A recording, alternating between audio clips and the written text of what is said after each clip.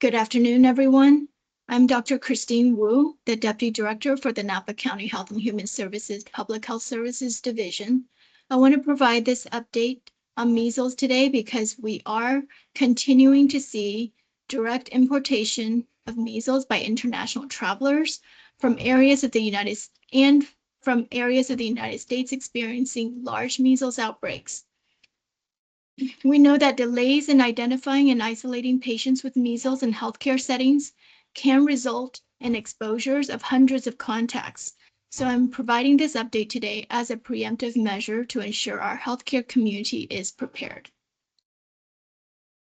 I will provide a current situation report, review the latest KHAN Health Alert from the state and measles disease information, and then go over what you can expect if a case is identified in your facility, and then how specific healthcare sectors can prepare now.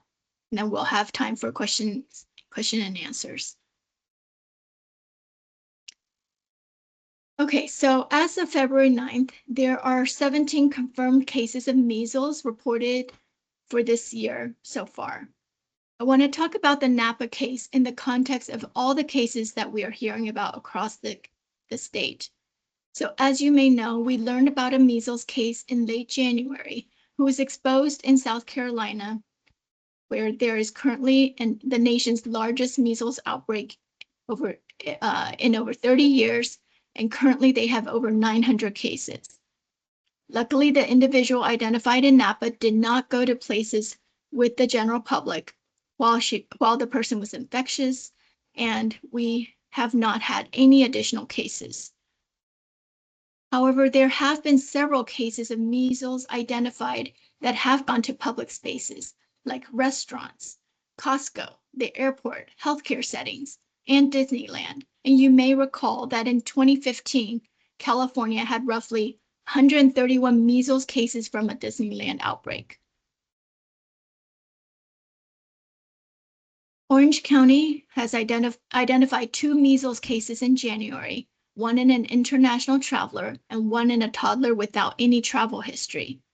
They also noted that the LA case that was reported on January 31st had visited Disneyland while infectious on January 28th. And on February 7th, they reported a new case of a traveler who also visited Disneyland after overseas travel, and this person was also infectious. This case is not counted as it is not an Orange County resident nor a California resident. In January, Shasta County reported 1 case who also visited Disneyland in addition to other sites prior to becoming infectious. The Shasta case was in several public places, and this past weekend, 7 additional cases were identified in Shasta County, leading to the first outbreak of measles in California since 2015. However, the good thing is that these were in family or adjacent household, in an adjacent household to the index case. Over this past weekend, 2 other measles cases were identified in Southern California, one in San Bernardino County, who only traveled in-state, and one in Riverside County without travel. Thus far, 6 of the cases are imported cases associated with international travel. 3 had domestic travel, 2 in-state, plus our Napa case who traveled to South Carolina. 7 secondary cases were identified, and 1 source is still under investigation. All are unvaccinated or are of unknown vaccination history. The ages of the cases range from 8 months to 43 years old, and 1 was hospitalized. No deaths. The state has confirmed D8 genotype for 1 case, and the others are pending. This genotype is the major widely circulating strain responsible for many global outbreaks in recent years, including the West Texas outbreak last year. The CDC is currently investigating whether the South Carolina outbreak is linked to this 2025 D8 strain, and this can impact our nation's measles elimination status. So diving into more local data, Public Health regularly monitors wastewater for wild-type measles virus to help us understand when there may be a potential case in our community. Although a negative detection doesn't mean there isn't someone in the community that is infected.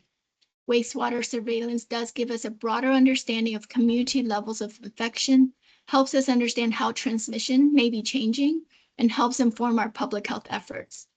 Wastewater surveillance cannot identify specific persons who are sick, and a negative test does not mean no person in the community is infected.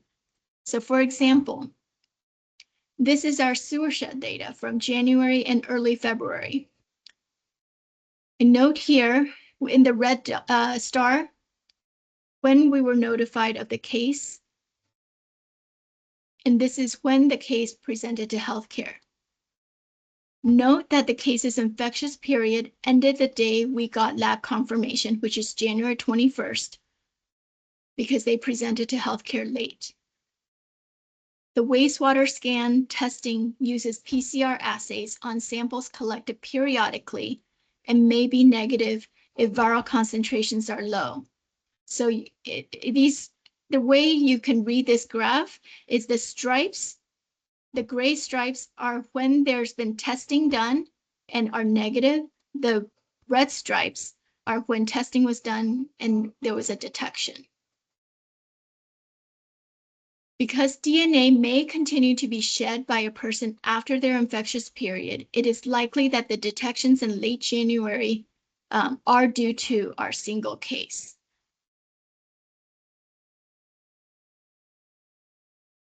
This report here is a report that was created February 2nd, when there were reportedly 10 cases of measles from 5 different counties across the state, including Los Angeles, our case in Napa, Orange County, San Mateo, and Shasta County. However, when you look at this, the measles was detected in 7 wastewater sheds across 7 California counties, and these included Los Angeles, San Bernardino, Riverside, and the 4 Bay Area counties here are Napa, Santa Clara, San Mateo, and Solano. The first wastewater detection in California was on December 15th in San Bernardino County, which is this Ontario watershed here, right here, if you guys can see my pointer. The first Bay Area wastewater detection was in San Mateo County, which was detected in the Redwood City sewer shed here on January 5th. And then there was also a detection on January 13th in our neighboring Solano County, Vallejo watershed area right here. And then the most recent detection was on January 30th, right here in our own Napa County sewer shed. Having this information gives us a broader understanding of the potential cases that may be in our state. Now, if we broaden the view and look across the United States, we see that there is an exponential or very steep increase in cases since January 2026, with 773 cases identified as of February 5th. The 2026 data is shown highlighted in blue, and 2025 is highlighted in the pale green or yellow, and that the total number of cases here was 2,276 cases last year. And as of February 5th, of the 733 confirmed measles cases reported in the United States in 2026, 727 cases were reported by 20 states, but the majority, or 671, are associated with outbreaks, particularly in the 3 largest outbreaks in the nation currently, and that is South Carolina, which had started October 2nd, 2025, currently at 920 cases and growing, Utah with 251, and Arizona with 254 cases. For the full year of 2025, a total of 2,276 cases of measles are confirmed, reported in the United States. 95% of the 733 infected cases in the US in 2026 were unvaccinated, and 93% of the 2,276 cases in 2025 were unvaccinated, with only 4% breakthrough cases in those who had 2 doses of MMR vaccine. I know you guys may have trouble seeing this, so I'm just going through this data here for you guys. The vast majority of those who were hospitalized were under 5, though the hospitalizations also occurred in adults, those 20 years and older, and there were 3 deaths in 2025. And then if we take another step back and look globally, you can see in this WHO map that measles cases are affecting all parts of the world, including most of North America and parts of South America and everywhere else. So travelers should exercise caution and confirm immunity before visiting places with current outbreaks. So that's where we come to our February 4th health alert. So due to the newly identified cases throughout California late last month, especially in Southern California, the state issued the February 4th health alert that was attached to today's meeting invite. The highlights touch upon the need for healthcare providers to consider measles in anyone presenting with fever, rash, and symptoms consistent with measles, stressing the implementation of airborne precautions, reporting to public health by phone any suspect case, even before laboratory confirmation, and ensuring that all patients, especially those planning international travel, are up to date on their MMR vaccine per CDPH recommendations. In the next few slides, I will go over the specific health alert sections. These are specific steps for providers who see patients with fever and rash, who may see a patient with fever and rash, talks about the importance of immunization and recommendations for those planning international travel. Then I will go over some general recommendations given the changing landscape in California.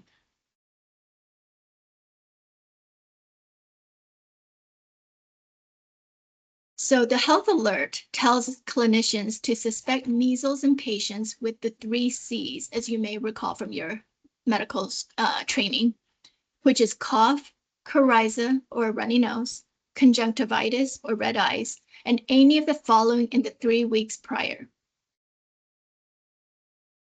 That's attendance of an event or location with a known measles exposure, international travel, transit through airports, or potential interaction with international visitors at theme parks or other settings that may have international visitors in the U.S. For individuals with fever and rash, mask patient immediately and isolate them away from others, if possible in a negative pressure exam room. If one is not available, have them wait outside or in their car. If they are placed in a non-airborne airborne infection isolation room or AAIR, the room must be closed for 2 hours after a patient leaves. Due to the airspace and airflow considerations, if the individual ends up being a measles case, this does not preclude exposure to the rest of the healthcare facility that shares the same airspace. All healthcare personnel entering the room, regardless of immune status, should use respiratory protection, at least as effective as a fit-tested N95 respirator per Cal OSHA for PPE.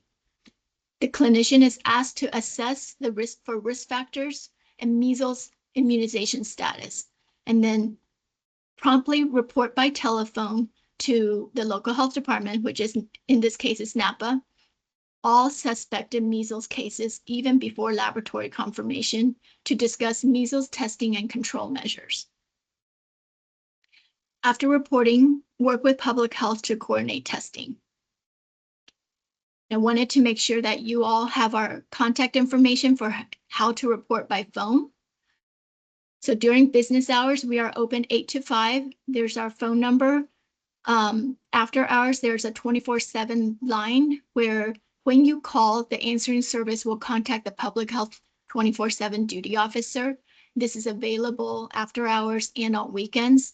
Please call us for discussion about the next steps. And then you must submit a CMR, a confidential morbidity report.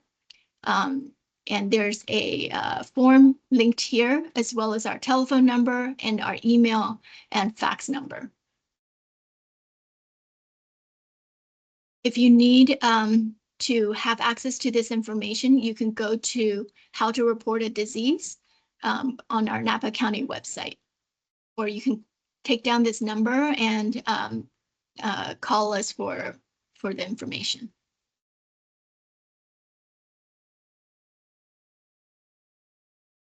I pulled this handy tool for clinicians developed by the state IZ branch so that you can see it here. It's a reminder that it's important after you've done your exam, taken your history, and if you have a high suspicion for measles, you should contact public health to coordinate the testing. So because coordinating the testing at the public health lab will allow for a faster turnaround to quickly diagnose or rule out measles in an individual.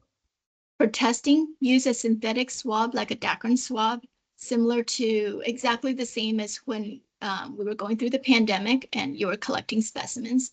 These are Dacron swabs. The oropharyngeal specimen is preferred. Collect that through the throat.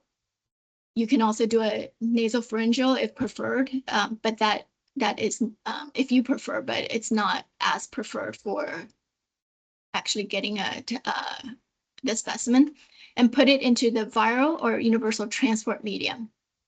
For urine, collect 10 to 50 cc's and put it in a sterile container, and all specimens must be refrigerated promptly before being sent to the lab. And finally, the health alert reminds us that healthcare providers should ensure all patients are up to date with their MMR vaccines, or at least know their immunity status if they are planning to travel. And when this is especially important if they're planning to travel internationally or going to settings where a potential interaction with other travelers could be. Ideally, vaccinations will occur 2 to 3 weeks before travel to get the most protection against measles after vaccination. So briefly about the MMR vaccine, keeping in mind that no vaccine is 100% effective, the MMR vaccine actually comes pretty close. 2 MMR shots are 97% effective against measles. Additionally, it is 88% effective against mumps, and a single shot is 97% effective against rubella. Most people who are vaccinated will never get measles, although a small percentage, as you saw with our overall national cases last year, a small percentage do have breakthrough cases, but their symptoms are usually mild. The MMR vaccine is also safe, according to the CDC, which notes that most people have no side effects. And if side effects do occur, the most common are soreness at the vaccination site, fever, pain, and stiffness in the joints. Some people may develop a mild rash in the 3 weeks after their vaccination, but this isn't a concern unless they also have had a known or suspected exposure to measles, which can sometimes confuse the picture. So we do, if there's any concern or questions, please reach out to us and we can discuss that. Additionally, the current recommendation for a booster dose is for those born from 1963 through 1967, who likely received the killed measles vaccine and should receive at least 1 dose of the live measles vaccine.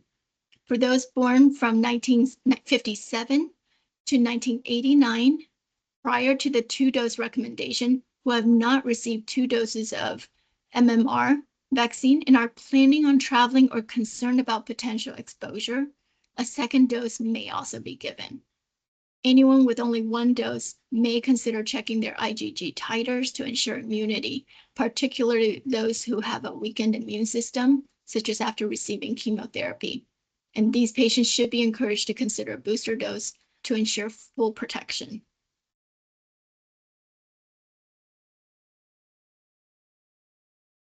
So California currently has one of the highest vaccination rates in the country, with 95.7% MMR coverage for kindergartners entering the 25-26 school year, and 99% for those entering pre-K or childcare. Napa has 98.8% and 99% respectively for these groups respectively. However, there are still pockets in the community with low vaccination rates, and measles does spread when a susceptible person travels to a location with measles outbreak, contracts measles, and returns to a location where people are vulnerable due to low measles vaccinations. Communities with a high percentage of vaccinated people have herd immunity, and measles will have a harder time growing to the size of an outbreak in those places. Herd immunity is achieved when a large majority of a population is immune, whether due to vaccination or previous infection. For measles, it is estimated that 95% of the population must have immunity to prevent an outbreak, and this is because it is so contagious. With the two-dose MMR vaccine policy formally adopted back in 1989 and subsequent recommendations for all children K through 12 to receive both doses, the U.S. was able to prevent the continuous spread of measles for more than a year and achieve measles elimination status in 2000. Unfortunately, the current outbreaks that started last year is putting this status at risk. So the measles vaccine is a tremendous success story and speaks to the power of vaccination in eliminating contagious diseases. So for those of you like me who have never needed to diagnose a measles case, I want to briefly go over the disease basics. So measles is one of the most contagious viral diseases in the world. Symptoms usually begin 7 to 14 days after exposure, but the incubation period can be as long as 21 days or longer in specific situations. The symptoms include high fever, cough, runny nose, red or watery eyes, and a rash that typically starts on the face and goes downward, usually 3 to 5 days after symptoms begin. The person is infectious from 4 days before the appearance of rash to 4 days after rash onset. People diagnosed with measles will need to isolate for these 9 days. Measles is so contagious that 90% of non-immune people close to an infected person will be infected. Recall that infected people can spread measles 4 days before the rash appears, which means someone can unknowingly expose others before being diagnosed. The statistics on measles is that 1 in 5 people, usually kids, will be hospitalized. 1 in 20 children will develop pneumonia, which is the most common cause of death in young children with measles. 1 in 1,000 will have brain swelling, which may lead to permanent brain damage, blindness, and chronic health issues. And 1 in 3 out of 1,000 people will die from acute measles infection. If a person does recover, there is also the potential to develop a rare deadly disease called subacute sclerosing panencephalitis, or SSPE, that can occur 7 to 10 years after recovery and causes death within 3 years of diagnosis. Though rare, the risk of SSPE is estimated at 1 in 600 children who contract measles before their first birthday. And this was the cause of death in a child in LA County last year.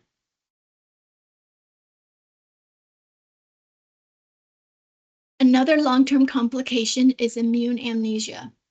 For decades, we have known that with measles, children can die from pneumonia and encephalitis. Pregnant people may give birth prematurely, and in rare cases, SSPE can develop in people years later that invariably leads to death. Only in the past decade had researchers better understood how the measles virus attacks the body and causes immune amnesia, when the measles virus essentially erases the immune system's memory, wiping out prior immunity that our bodies had developed to protect us from other infections. And I won't read this whole slide, but several studies have now shown that people who recover from measles are more susceptible to pneumonia, influenza, and several other important disease-causing pathogens, particularly in the 2 to 3 years after their illness. In a study looking at blood from children before and after a measles infection, children with mild measles infections lost about 33% of the antibody types in their blood when compared to pre-measles assessment, and those with severe infection lost on average 40% of this diversity. These lost antibodies were clinically important for other viruses, including enteroviruses, herpes virus, RSV, and influenza. The bottom line is that after measles infection, the body becomes very good at protecting itself from measles, but not against other diseases. And this then requires repopulating the body with new immune memories by getting revaccinated or through new infections, and may take up to 5 years before a healthy immune system is restored.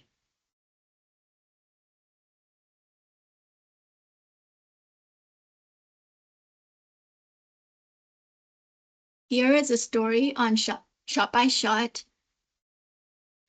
a website called Shot by Shot, of a family where the mother reflects on her choice to not get the MMR vaccine for her child, who ended up having measles at 11 months of age, had a full childhood, and then developed SSPE 24 years later.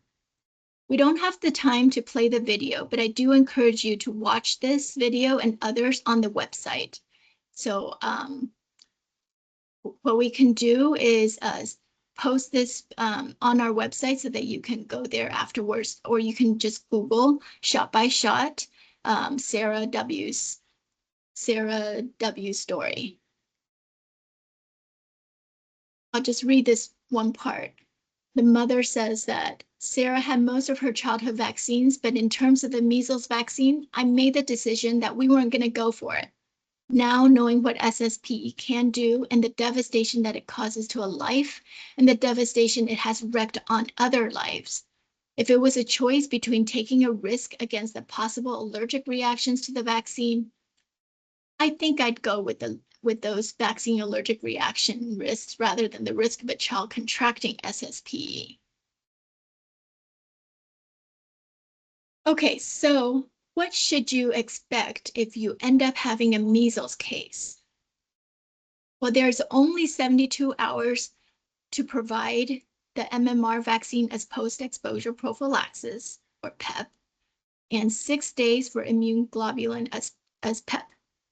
This is particularly important for those at highest risk of complications, like infants, pregnant people, and those who are severely immunocompromised. You will need to document where the patient was in your facility. Of note here, when a patient is placed in a regular exam room, because of shared airspace concerns, everyone in the facility will be considered exposed. This means all staff and all patients and visitors, and you will need to develop line lists of all exposed individuals. Public health will work with your team to collect all information needed to determine the next steps based on each individual's immune status and risk level. We will help provide PEP recommendations and help the individual get the PEP and monitor each person through their quarantine period.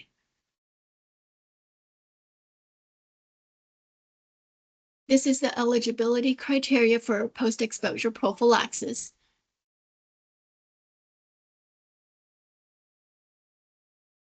So as I mentioned, anyone 6 months and older with either one or no documented MMR dose may receive the MMR vaccine within 72 hours to decrease the risk of developing severe disease if not contraindicated. Children 6 to 11 months may receive either MMR within 72 hours or immune globulin within 6 days of exposure to decrease risk of severe disease. Those with a contraindication to MMR vaccine can receive immune globulin 6 days or less after the date of exposure to prevent severe disease, but may still require quarantine. With immune globulin, quarantine is extended to 28 days as the IG can delay the onset of symptoms, and when IG is given to reduce severity of a potential infection. So those who are diagnosed with measles must isolate during their infectious period and while they continue to have a fever.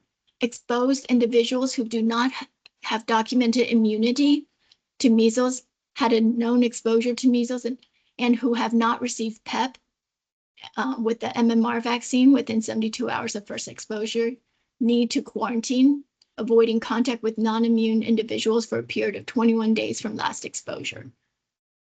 And then symptomatic exposed individuals should call ahead to their doctor's office to seek health care. So how can providers or facilities prepare? The best thing right now is to document all staff immune status now, prepare for potential increased staffing needs in case a single case is linked to your facility and you need to respond to that effort. Even a single case can require significant effort and coordination with rapid notifications to ensure the safety and health of all staff and visitors. Think about your clinical workflows and how to triage patients before they show up at your facility to minimize potential exposures.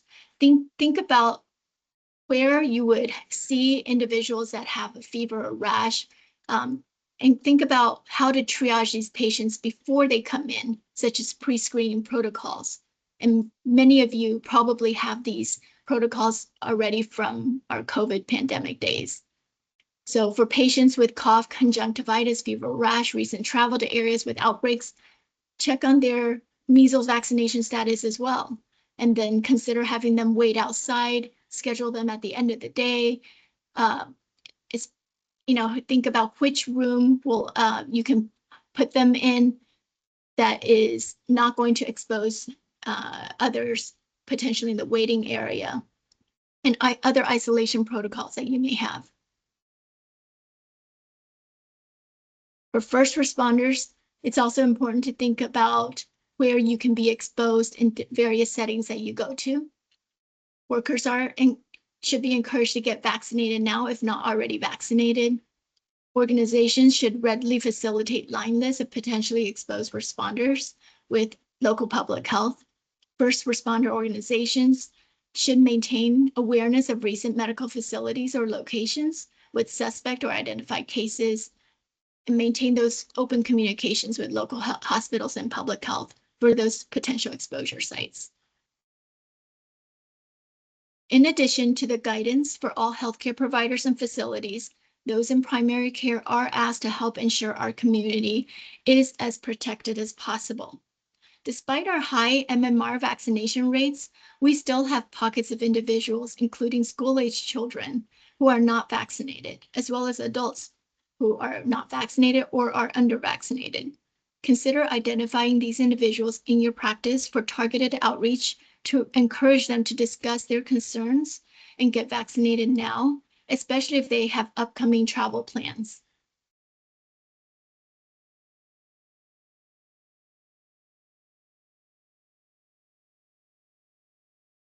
And the same message is here for our community members.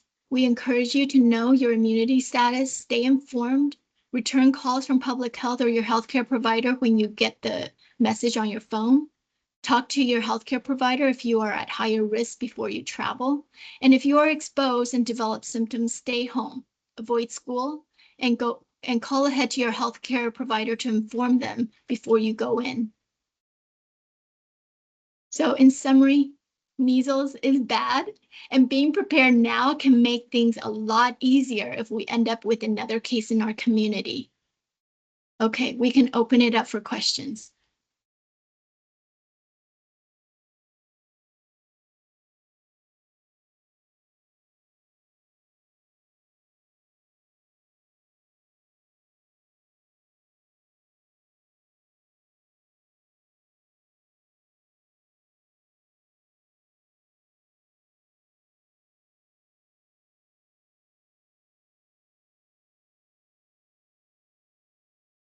I don't see any questions.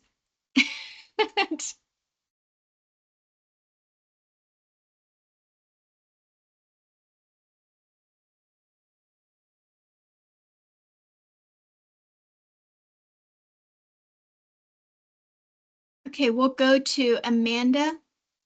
You're first up. Please feel free to unmute yourself and ask. Hi, Dr. Wu. I did have a question. You mentioned some, gathering information. Do you have any templates yet prepared through the county that would be useful? Of collecting immunization status for staff or any kind of contact tracing line lists that would be helpful for our facility? So before you have a case, you don't need to create the line list, but you should be able to work with, if you have a HR, let me stop sharing so I can see you guys more clearly. You should be able to have if you have a HR department or you just have a list of your staff members, you can get that put together on an Excel file, and then just most healthcare providers should have um, immunization records because it's part of the requirements for Cal OSHA. So it may already be there. You just need to have it, make sure it's documented somewhere. And so if you have an HR department, I would check with HR. If you don't, just work with your facility manager to create the list on an Excel file. However, I can check in with my team, and if any of my team here knows of a tool that we can provide, we can do so. We can send that out as well.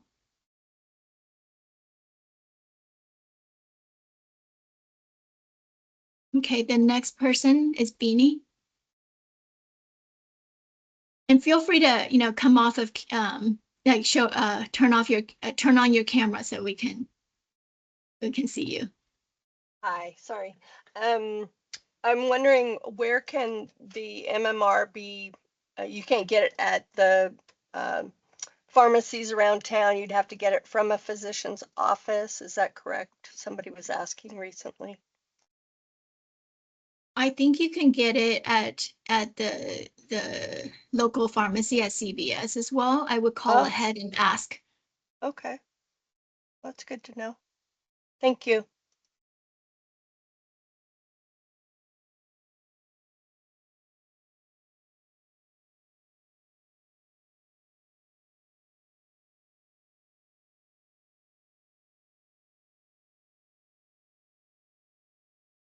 So there's a question in the chat that I will answer very quickly.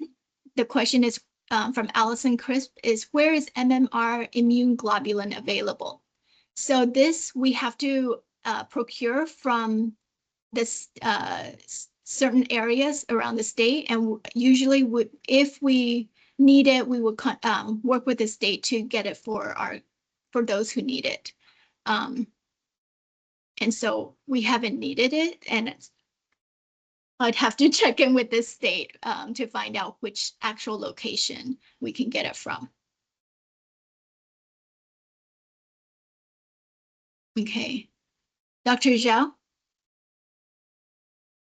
Oh, can you hear me? Yes. Oh, great. Thank you so much, Dr. Wu. This is super helpful.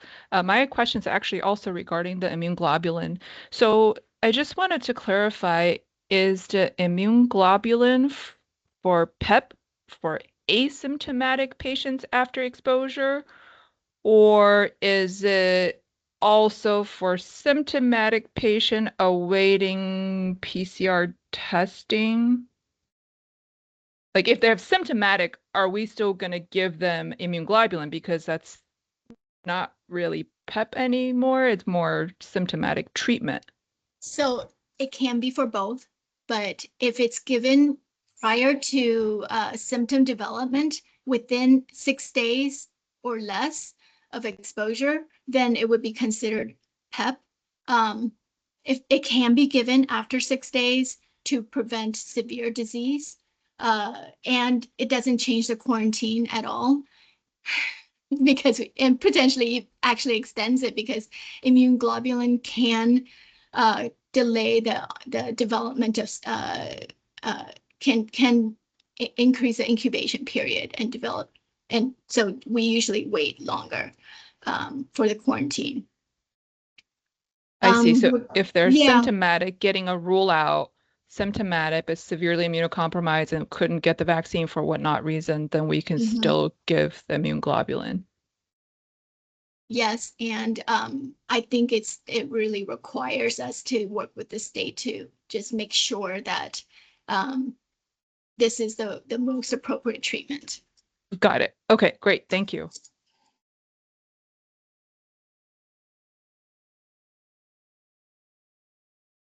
Seeing a lot of things going on in the chat. Let me just look.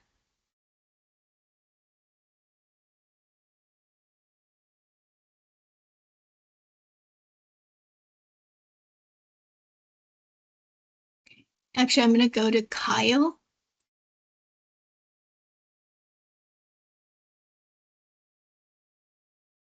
Feel Hi. free to unmute yourself. Yeah. Sorry.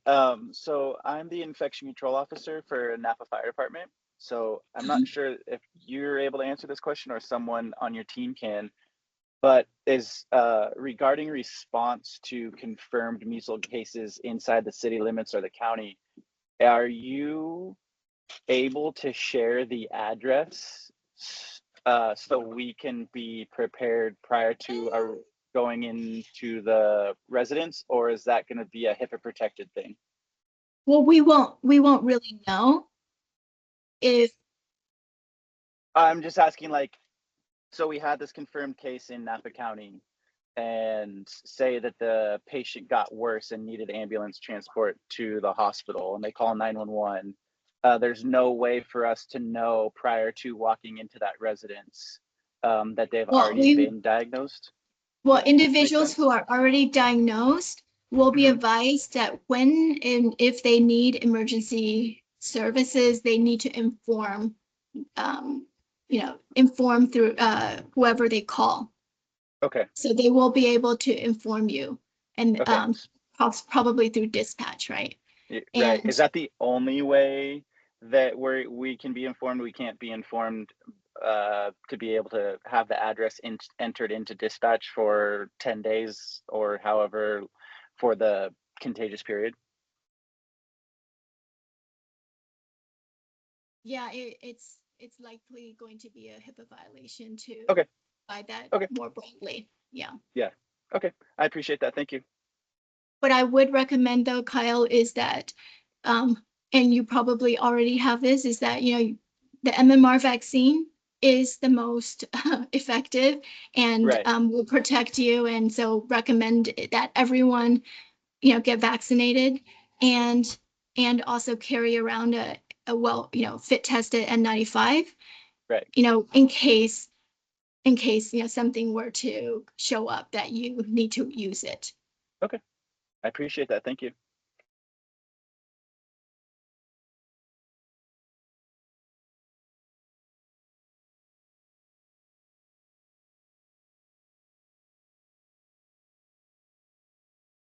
Thanks, Katie, for putting in some information into the chat, and Heidi as well.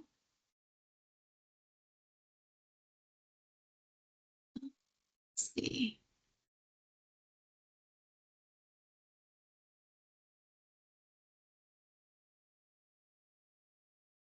Okay, there is a question from Kim that says, is it advised to give MMR vaccine to infants earlier than previously recommended based on the increased prevalence of measles? So right now it's, you can give infants 6 to 11 months an earlier MMR vaccine, 28 days after their first one, if they are going to be going to a location where they may be exposed. So any child or any baby going on an international trip with their family, it is recommended that they get the earlier dose. And Kim, if you want to come off mute, feel free to, and let me know if I answered your question or if you need to, add to that.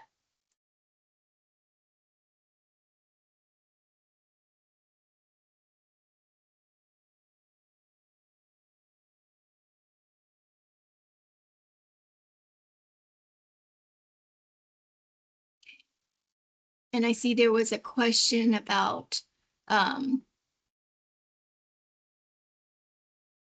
so Heidi confirmed that some CVS locations does have the MMR vaccine. So I would definitely double check on that. Let's see.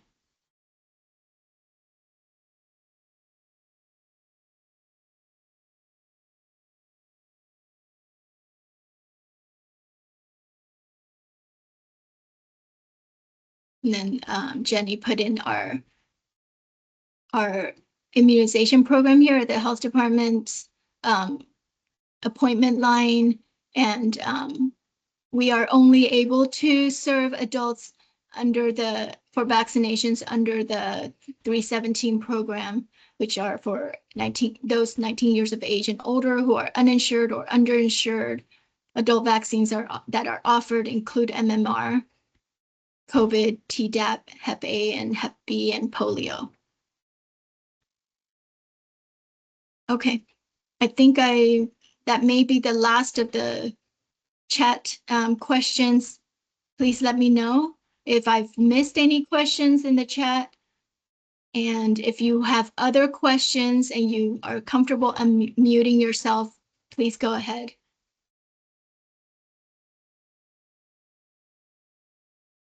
Maria?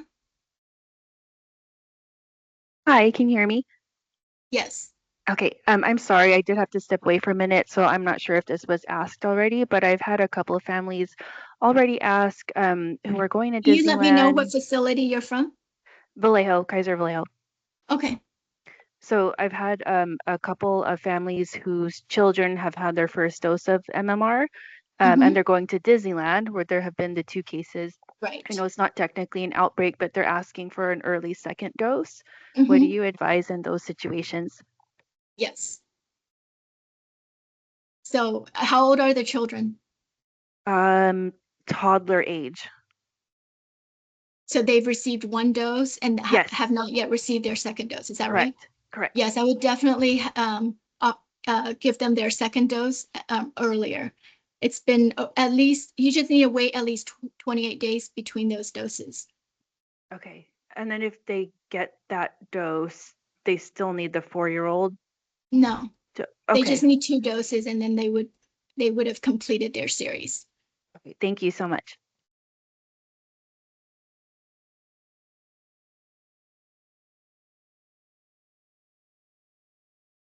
So Disneyland is one of those areas that does have a lot of international travelers, some of whom may have measles, as we see and saw, right? So definitely that makes a lot of sense. And if it's an infant that's going, let's say they have a baby sibling under 12 months old, they can still get their first dose early. Or second, sorry, they can still get their second dose early as long as it's been 28 days.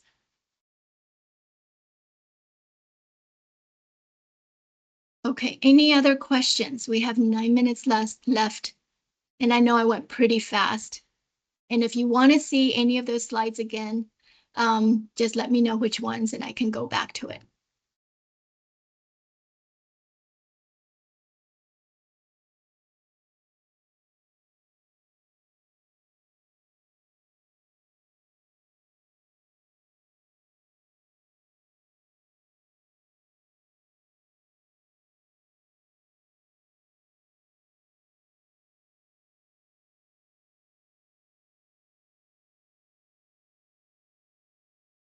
Okay, let me pose a question to you all. Do you, especially those who are primary care providers, do you foresee any concerns with talking to those who are not yet vaccinated in your practice? Do you need support in talking points or anything like that?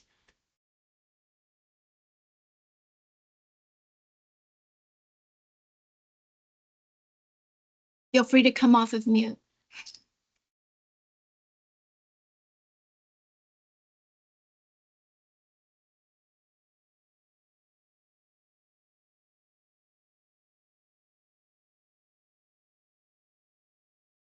Are you asking if we need help with persuasive techniques for anti-vaxxers, or is that what you're asking? Potentially, yes.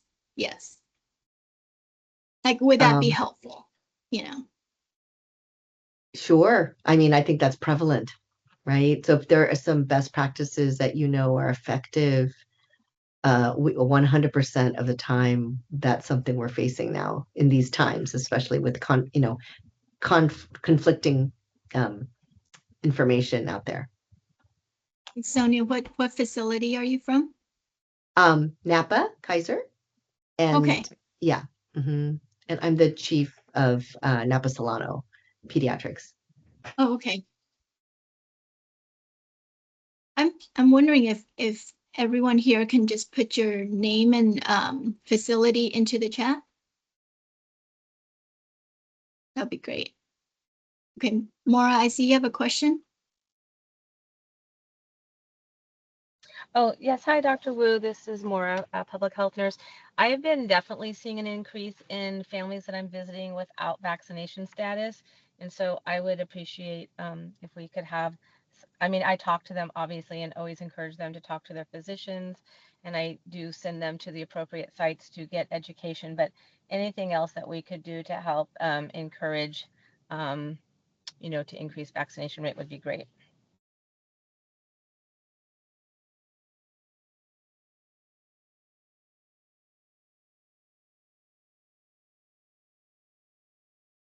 Definitely.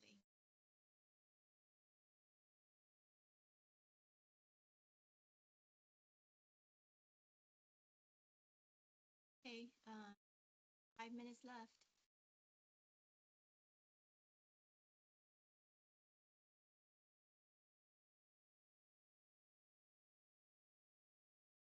And if you think of questions after we finish the meeting, feel free to just reach out to our communicable disease public health nurses, and we can definitely get you information.